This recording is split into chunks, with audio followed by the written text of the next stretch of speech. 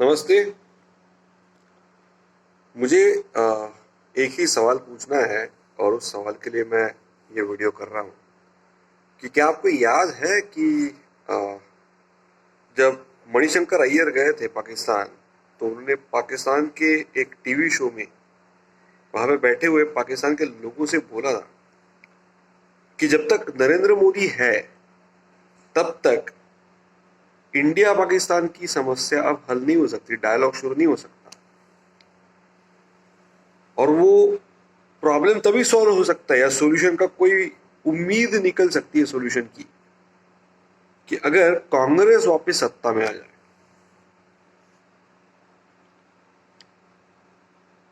तो वहां पे बैठे हुए पाकिस्तान के लोगों ने बोला, सर लेकिन वो तो ठीक है, लेकिन हो क्या सकता है अब। तो मणिशंकर अय्यर बड़ी खुशी से बोल गए कि इसीलिए तो मैं आपको बोल रहा हूं, आप हमारी मदद करो। वो टाइम में संसद में बहुत हंगामा हुआ था कि ये मदद क्या मांग रहे हैं, कैसी मदद करेंगे। पाकिस्तान के लोग वोट तो कर नहीं सकते। और मैं वो टाइम पे जानता था और मैंने शायद कहीं कुछ लिखा हुआ था, मैं कोराना में लिखता हूँ, शायद वहां पे मैंने लिखा था कि ये बंदा फंड मांग रहा है पाकिस्तान से, और वो फंड मांग भी रहा था। लेकिन सिर्फ फंड नहीं मांग रहा था, मैं वो टाइम पे भी जानता था, लेकिन मैंने ये बोलना ठीक नहीं समझा वो टाइम पे। आज पंजाब में प्राइम मिनिस्टर की सिक्योरिटी के साथ जो खिलवाड़ हुआ और उनको एक ऐसे फ्लाईओवर पे 25 मिनट के लिए छोड़ दिया गया जहां से वो आगे नहीं जा सकते, पीछे नहीं जा सकते। फिलहाल अभी जो वो गाड़ी यूज कर रहे हैं वो तो बुलेट प्रूफ तो है, लेकिन वो ब्लास्ट प्रूफ नहीं है अभी की गाड़ी। नई गाड़ी लेने की जो बात हो रही है वो ब्लास्ट प्रूफ होने की बात हो रही है। ये गाड़ी ब्लास्ट प्रूफ नहीं है। और जिस फ्लाईओवर पे प्राइम मिनिस्टर थे, मोदी जी थे, वो फ्लाईओवर पाकिस्तान की तरफ से आर्टिलरी के रेंज में आता है।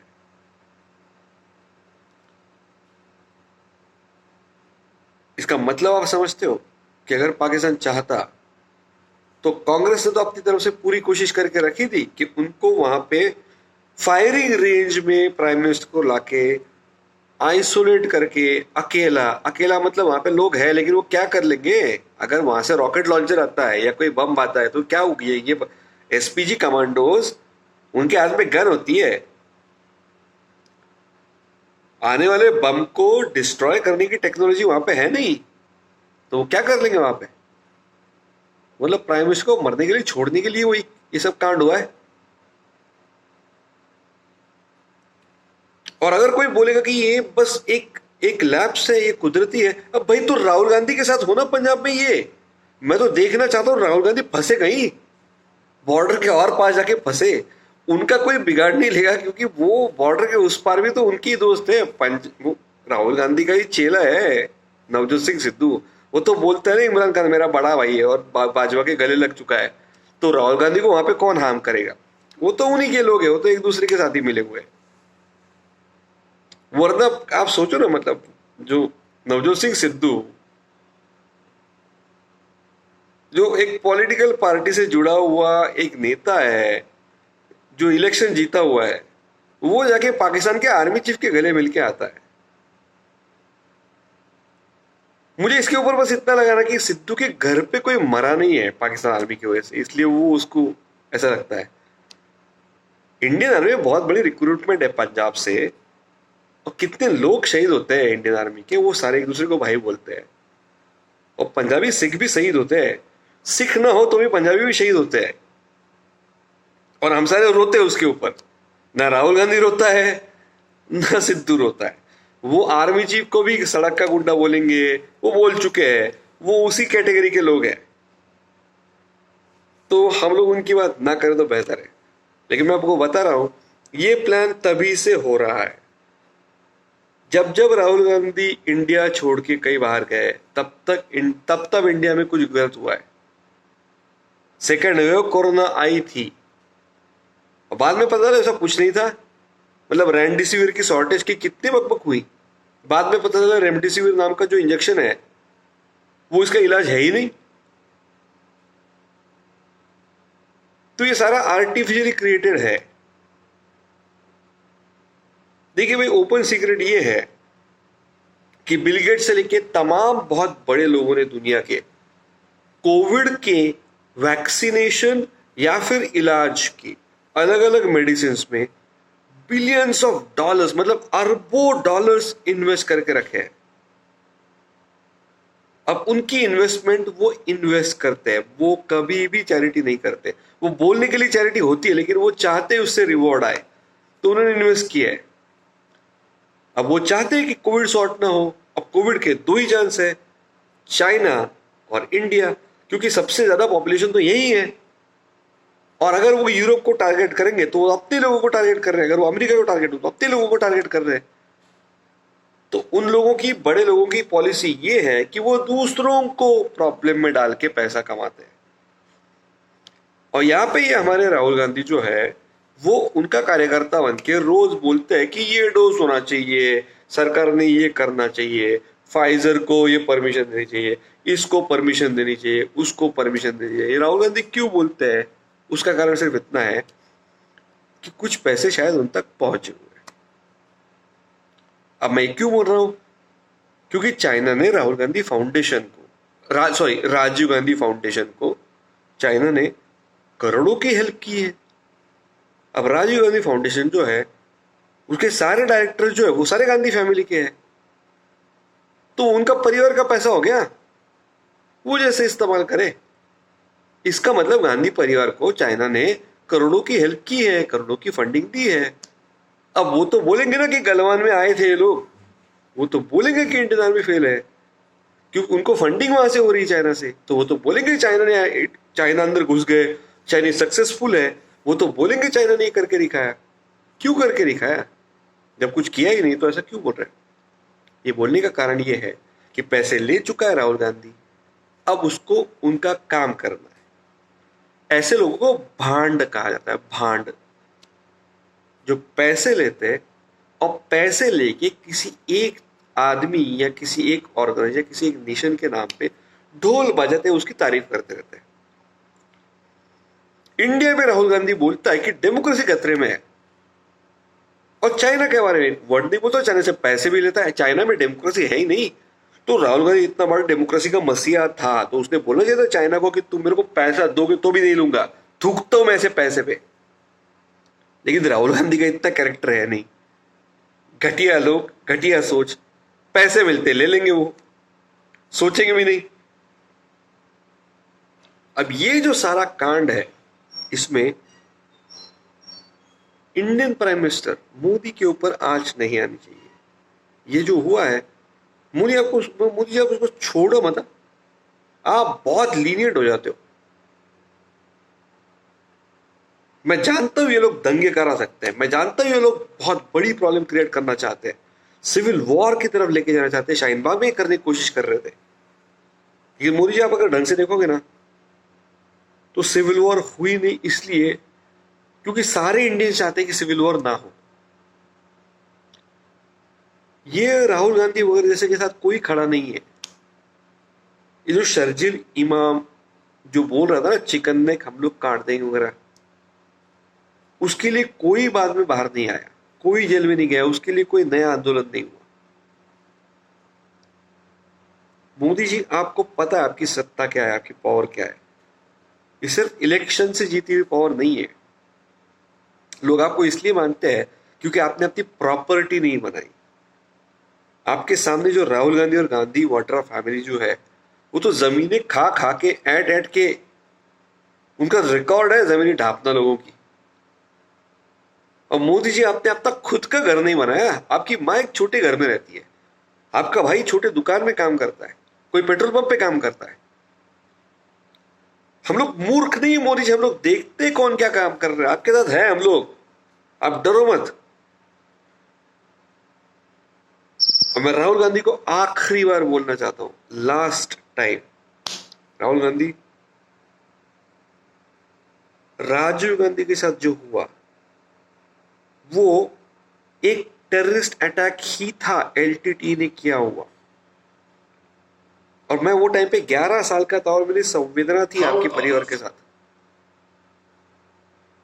लेकिन अब आप ये ना भूले कि कोई एक ऐसी थी जो हर बार राजीव गांधी के साथ थी, बस एक बार नहीं थी, वो टाइम पे राजीव गांधी मर गए। जब राजीव जी की मौत हुई उसके पहले हर दौरे पर, हर रैली में, हर जगह साथ में थे कोई एक बंदी जो उस टाइम नहीं थी, बस एक टाइम नहीं थी, और वो टाइम पे राजीव गांधी मर गए। हम लोग मूर्ख नहीं है राहुल गांधी, हमें पता है कौन क्या कर रहा है।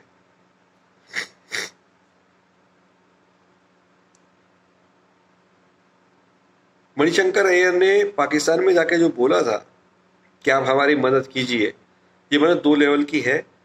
फंडिंग चाहिए इलेक्शन जीतने के लिए, इंडिया में कहीं भी इलेक्शन जीतने के लिए फंडिंग चाहिए, बहुत पैसे चाहिए होते हैं इलेक्शन लड़ने के लिए और जीतने के लिए, बहुत पैसे चाहिए होते हैं। दूसरा, अब पाकिस्तान आप बोलोगे कंगाल है, वो कहां से आ रहे भैया? पाकिस्तान कंगाल है, लेकिन नारकोटिक्स का पैसा कितना आता है? अफगानिस्तान में जो अफीम अफीम बनता है वो सारा अफीम आईएसआई खरीद लेती है कौड़ियों के दाम, और बाद में दाऊद इब्राहिम के नेटवर्क के जरिए कहां कहां नहीं पहुंच रही है ड्रग्स। पंजाब में सबसे बड़ी प्रॉब्लम ड्रग की किसने बनाई है? आईएसआई ने बनाई है, पाकिस्तान ने। मुंबई में ड्रग जो पकड़ा गया गए गए 6-7 महीने में, कहां से आया था? पाकिस्तान से आया था। और सिर्फ मुंबई और पंजाब की बात नहीं है, नॉर्थ ईस्ट के स्टेट से जो म्यांमार से घुसता है अंदर ड्रग्स, पश्चिम बंगाल में घुसता बांग्लादेश के जरिए, नेपाल से बिहार में आता है, उसका पैसा कौन लेता है? वो पैसा सारा आईएसआई के पास जाता है। तो वो तगड़ी फंडिंग कर सकते हैं लोगों को, वो बहुत पैसे खर्च कर सकते हैं। अपनी आवाम के लिए पैसा है नहीं पाकिस्तान के पास, लेकिन ये सारे कांड करने के लिए बहुत पैसे है। तो वो जो बेवकूफ कोई बोलेंगे ना पाकिस्तान अगर गरीब है तो कैसे खरीदेगा, भैया वो खरीदेगा। और वैसे भी राहुल गांधी जैसे और ये सिद्धू बिद्धू जैसे लोग, ये तो वैसे ही बिका हुए, वो 5 पैसे में बिक जाते हैं। सिद्धू को किसने बोला था कि जाके बाजवा के गले मिल? वो तो खुद ही बिक गया। तो कोई ये ना बोले मेरे को कि ये इसमें कोई कॉन्स्पिरेसी नहीं थी। भैया ये कॉन्स्पिरेसी तब शुरू हुई थी जब मणिशंकर अय्यर जाके बोल के आया था कि आप हमारी मदद कीजिए मोदी को हटाने में। अब मोदी को कैसे हटाएंगे? इलेक्शन तो हटा नहीं पा रहे। फंडिंग आपकी कितनी भी तगड़ी हो, लोग तो वोट मोदी को देंगे। आप दारू पिलाएंगे, लोग दारू पी लेंगे। आप चिकन खिलाओगे, लोग चिकन खा लेंगे। वोट तो मोदी को दे रहे। तो अब इसका एक ही सोल्यूशन बचता है, और वो सोल्यूशन इन लोगों ने मतलब इन लोगों ने नहीं, लेकिन इनका एक हेरिटेज है ना, तो उन्होंने पहले किया हुआ है। आपको याद दिला दूं, जब 1965 की वॉर हुई थी, लाल बहादुर शास्त्री, ऐसा देखा जा रहा था कि नेहरू जी के सामने लाल बहादुर शास्त्री का कद बहुत छोटा है। उनकी एक्चुअल हाइट भी छोटी ही थी। लाल बहादुर शास्त्री से तो बड़ा फिजिकली तो उनकी बीवी का कद बड़ा था। लेकिन लाल बहादुर शास्त्री ने जो काम किया, आज अगर उनकी और उनकी बीवी के साथ फोटो देखता हूं, लगता है क्या क्या कमाल के लोग थे यार।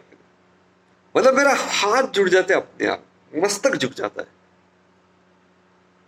लेकिन आपको क्या लगता है, शास्त्री जी सचमुच नेचुरली मरे थे? ताशकंद फाइल फिल्म देखिए एक बार, मित्रों के नरकाई पढ़िए एक बार, आपको सब कुछ समझ में आ जाएगा। तो इंडिया का प्राइम मिनिस्टर अगर बहुत बड़ी अचीवमेंट करता है तो उसको प्राइम मिनिस्टर बनने से रोकना अगली बार मुश्किल हो जाएगा, इसलिए उसको मार डालो। ऐसा अटेम्प्ट 65 में सक्सेसफुली हो चुका है, और उसके बाद कई साल एक ही परिवार सत्ता में रहा था, कई सालों तक, डेकेड्स तक। इसका मतलब समझ में आ रहा है? मोदी को तो कोई हरा नहीं पा रहा। जहां जहां पे मोदी आता है, मोदी के बस प्रेजेंस से पूरा माहौल बदल जाता है। यूपी में अखिलेश यादव सोचता था कि वो शायद योगी आदित्यनाथ को जबरदस्त टक्कर देगा। मोदी जी वहां पे बैठ गए 15 दिन के लिए, और वो जो हुआ, भोलेनाथ के लिए जो हुआ, काशी विश्वनाथ के लिए जो हुआ, कोई टिक नहीं पाया सामने। किसी पॉलिटिकल नैरेटिव की कोई अहमियत नहीं बची। लोगों ने बस मान लिया यार ना, ये होना चाहिए था, ये मोदी ने करके दिखाया, बस बात खत्म। मैं ऐसे कई लोगों को जानता हूँ जो हिंदू नहीं है, वो भी बोल रहे थे ना, नहीं यार ये तो होना चाहिए था, मतलब काशी में अगर नहीं बनेगा विश्वनाथ का, है ना, बाबा विश्वनाथ का बड़ा मंदिर काशी में नहीं बनेगा तो कहाँ बनेगा, क्यों काशी में नहीं बनेगा? तो भाई मोदी ने करके दिखा है, और सिर्फ इतना नहीं करके दिखा है, ये किसान कानून जो लाए थे, आपको पता है छोटे छोटे किसान तो बड़े खुश थे। अब राहुल गांधी को डर है कि उसने किसान कानून वापसी तक तो लेके आया तुम, लेकिन जब इलेक्शन में जाएगा तब मेजोरिटी वोट तो छोटे किसानों के है, आड़तियों के वोट है कितने? इसलिए अब वो चाहता है कि किसी न किसी तरह से या तो मोदी को डराए, धमकाए या रास्ते से हटाए। पंजाब में जो हुआ वो उसी का कुछ था। मोदी जी प्लीज सतर्क रहे, और एसपीजी कमांडोज आपने बहुत जबरदस्त बाजी लगाई उस दिन। आपका बस प्रेजेंस था ना गाड़ी के बाहर ना, कोई सामने आ नहीं पाया। और ऐसा भी नहीं था कि लोग जो वहां पे खड़े थे वो कोई खूंखार थे, वो बाद में थोड़ा थोड़ा अजीब बिहेव करने लगे तो आपको वापस जाना पड़ा। लेकिन एसपीजी कमांडोज आपने जबरदस्त बाजी लगाई, मैं दिल से शुक्रिया करता हूँ। और मोदी जी प्लीज अपना ख्याल रखें। मोदी जी, योगी जी, अमित शाह जी, हेमंत बिस्वा शर्मा जी और बीजेपी के बड़े नेता अपना ख्याल रखें। आपकी तरफ बहुत लोग देख रहे हैं, मैं भी देख रहा हूं। मैं चाहता हूं कि आप वो बदलाव लाना चाहते हो और ला रहे हो इस देश में, जो मैं बचपन से प्रे कर रहा था। मैं किसी धर्म के खिलाफ या किसी धर्म के साथ ऐसा बात नहीं कर रहा। मैं बात कर रहा हूं ना, जो नेचुरली करेक्ट है वो अब तक रोका गया था बाकी पॉलिटिकल पार्टीज ने। मोदी उस रुकावट में से रास्ता निकाल रहे हैं। इसे समस्या तो होती है और मोदी खुद जानते हैं उनको कितनी समस्या होती है, लेकिन मैं चाहता हूं मोदी जी आप अपनी सेफ्टी का भी ख्याल रखें। और कोई अगर सोचता है कि इसमें ये एक जस्ट एक इंसिडेंट था वगैरह, नहीं था। अगर ऐसा इंसिडेंट होता सिर्फ, तो सिर्फ मोदी के साथ और ऐसे जगह पे नहीं होता जहां पे पाकिस्तान की फायरिंग रेंज में वो है। इसके पीछे साजिश है।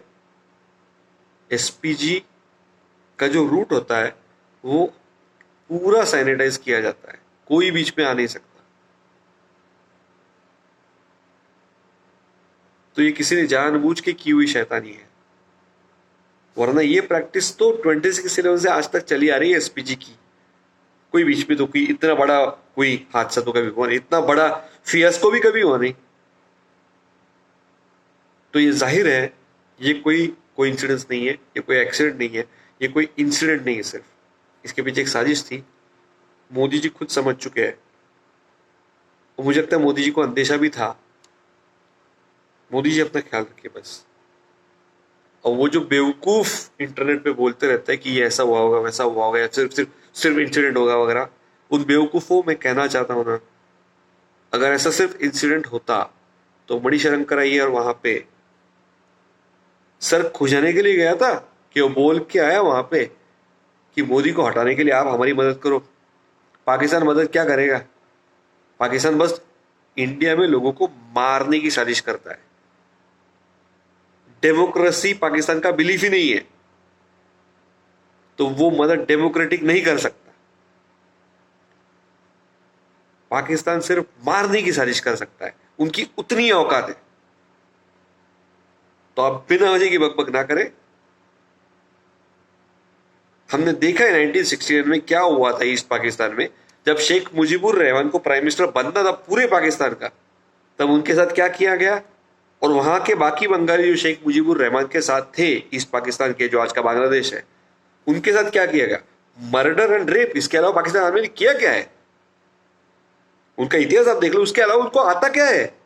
एक वॉर तो जीत नहीं पाए, मेडल लगा के घूमते, लूडो में जीते। वॉर तो वो जीतते हुए लूडो में जीत के मेडल लगा लेते। और ऐसे लोगों के नवजोत सिंह सिद्धू गले मिलता है, क्योंकि नवजोत सिंह सिद्धू भी तो निकम्मा था। अच्छी स्विंग बॉलिंग के सामने तो कभी बैटिंग की नहीं उसने। इंडिया में शेर था, शेन वॉर्न को पीटता था, मुरलीधरन को पीटता था। भाई न्यूजीलैंड में जाके क्यों मुंह काला करके आया?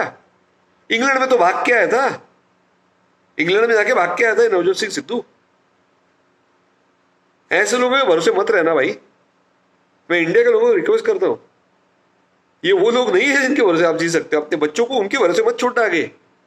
आपको बस इतना सोचना है, आप किसी भी मजहब के हो, किसी भी धर्म के हो, आपको बस इतना सोचना ना, अगर आपके घर में एक जवान बहन है और बूढ़ी माँ है और आप खांसता रहता है और आपको नौकरी के लिए किसी दूसरे देश जाना है, तो इन एक जवान बहन, बूढ़ी माँ और खांसता हुआ बाप, आप जब तक नौकरी से थोड़ा पैसा कमा के वापस नहीं आते और उनको वापस अपने साथ नहीं लेके जाते, या यहीं पे नहीं रह जाते, या कोई कंपनी यहाँ पे शुरू नहीं करते, इतना पैसा आपको कमाने के लिए जितना टाइम लगेगा, उतने टाइम में आपके घर की आपकी बहन, आपकी माँ और आपके बाप के ऊपर कोई आंच नहीं आएगी।